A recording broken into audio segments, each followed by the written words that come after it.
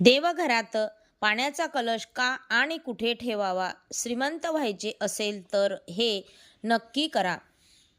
नमस्कार भक्तांनो, आपल्या सगळ्यांच्याच घरामध्ये, प्रत्येकाच्याच घरामध्ये देवघर असतं. पण तुम्हाला माहीत आहे का, देवघरातील सर्वात शक्तिशाली वस्तू कोणती? ती म्हणजे पाण्याचा कलश. अनेक जण कलश ठेवताना काही चुका करतात, की कोणत्या दिशेला ठेवतात किंवा चुकीच्या दिशेला ठेवतात.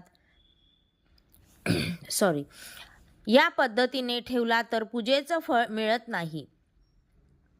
तर योग्य पद्धत कोणती आहे? पूजेचा कलश कुठल्या दिशेला ठेवायला पाहिजे, ही माहिती आपण आज या व्हिडिओमध्ये जाणून घेणार आहे. काय तुमच्या घरात सतत कटकटी होतात, पैसा टिकत नाही किंवा कामात अडथळे येतात? याचं कारण तुमच्या देवघरातील जो पाण्याचा कलश आहे, त्या कलशाची चुकीची मांडणी असू शकते. तर आपल्याला ह्या कलशाची अचूक अशी मांडणी करून घ्यायची आहे.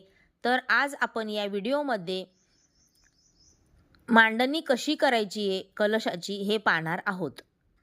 कलश का ठेवावा, प्रथम हे जाणून घेणार आहोत. तो कोणत्या धातूचा असावा आणि अशा ज्या 5 गुप्त गोष्टी आहेत, ज्या कलशामध्ये टाकल्यास तुमचं नशीब चमकू शकतं. आपल्याला कलश मांडताना त्याची जागा कोणती आहे देवघरामध्ये ते प्रथम बघावं लागेल. 1. कलशाची आध्यात्मिक आणि वैज्ञानिक महत्त्व जाणून घेऊयात. आध्यात्मिक म्हणजे कलशाला ब्रह्मांड मानलं जातं. त्याच्या मुखात विष्णू, कंठात शिव आणि मुळाशी ब्रह्माचा वास असतो. म्हणून ह्या कलशाचं आपल्या देवघरात एक वेगळं स्थान आहे. वैज्ञानिक, तांब्याचा कलशातील पाणी वातावरणातील सकारात्मक लहरी शोषून घेतं आणि देवघरातील जे वातावरण आहे किंवा देवघरातील जी एनर्जी आहे ती शुद्ध ठेवायला खूप अशी मदत होतं आणि म्हणून आपल्याला हा कलश देवघरात ठेवायचा असतो. 2. योग्य दिशा कोणती आहे? आपण जे देवघरामध्ये कलश मांडतो याची योग्य दिशा कोणती आहे? आणि धातू. योग्य दिशा, कलश नेहमी देवघराच्या ईशान्य कोपऱ्यामध्ये ठेवायचा, म्हणजे नॉर्थ ईस्ट कोपऱ्यात ठेवावा. ही कुबेराची आणि जलद तत्वांची दिशा आहे. म्हणून हा कलश आपण दक्षिण दिशेला, ईशान्य दिशेला ठेवायचा आहे.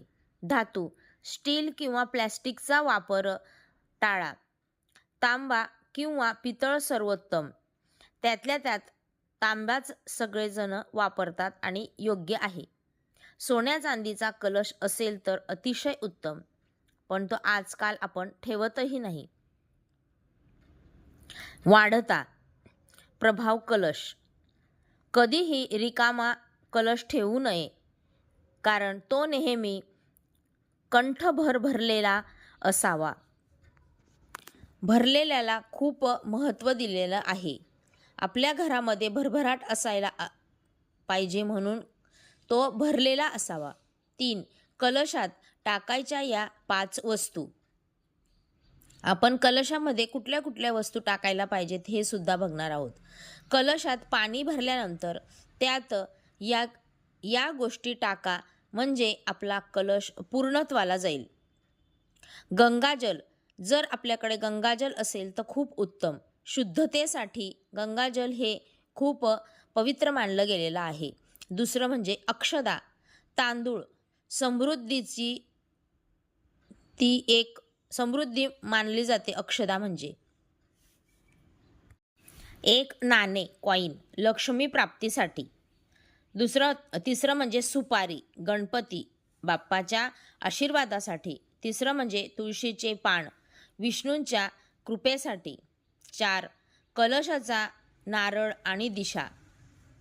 नारळाचे तोंड शेंडी वरच्या दिशेला असावी की देवाकडे. नेहमी लक्षात ठेवा, पूजेच्या कलशावरचा नारळ हा वरच्या दिशेला आकाशाकडे असायला हवा. तो कधीही जमिनीकडे झुकलेला नसावा, कारण आकाशामध्ये जे ब्रह्मांड आहे आणि जे तारे आहेत त्याच्यामुळे आपल्याला ह्या कलशाची जी योग्य दिशा आहे ती वर असायला पाहिजे आकाशाकडे. 5. दररोज करायचे नियम. कलशातील पाणी हे आपण रोज बदलावे आणि आपल्या काही कारणास्तव ते जमलं नसेल तर निदान 1-2 दिवसांनी तरी बदलायचं. जुने पाणी फेकून न देता तुळशीला किंवा इतर झाडांना अर्पण करावे. पायाखाली येणार नाही याची पूर्ण काळजी घ्यावी. कलशाची पूजा ही केल्याशिवाय मोठी पूजा पूर्ण होत नाही, म्हणजे संपूर्ण पूजा मानली जाते कलश मांडल्यावर.